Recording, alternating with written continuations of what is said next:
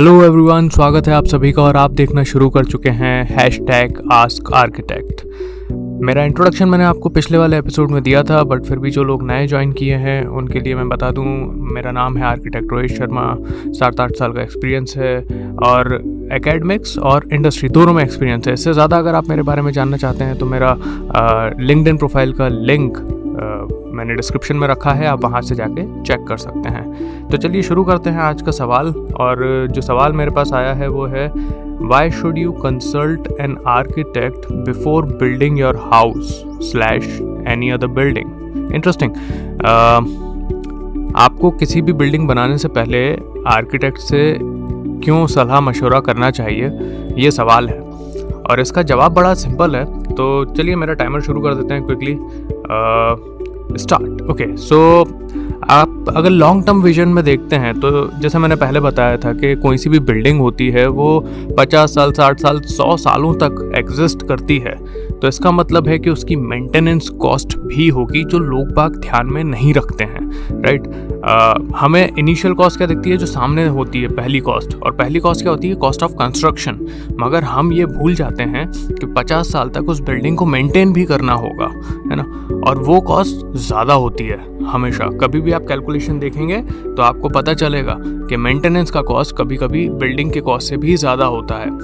और इसके अलावा जैसे मैंने पिछले सेशन में बताया था कि हमारा हेल्थ भी इसके ऊपर डिपेंड करता है। तो अगर मेरे डायरेक्शन सही नहीं है, क्लाइमेटोलॉजी, मैं उसको वास्तु नहीं कहूँगा, वास्तु कुछ लोग गलत तरीके से भी इंटरप्रेट करते हैं, बट क्लाइमेटोलॉजी जो साइंटिफिकली प्रूवन फैक्ट्स हैं उनके हिसाब से अगर आपके डायरेक्शन सही नहीं हैं तो डेफिनेटली आपको जो लोग ऑक्यूपाई कर रहे हैं वो बिल्डिंग, जो टेनेंट्स हैं या जो रहने वाले लोग हैं, उनकी हेल्थ पे डेफिनेटली इम्पैक्ट पड़ेगा।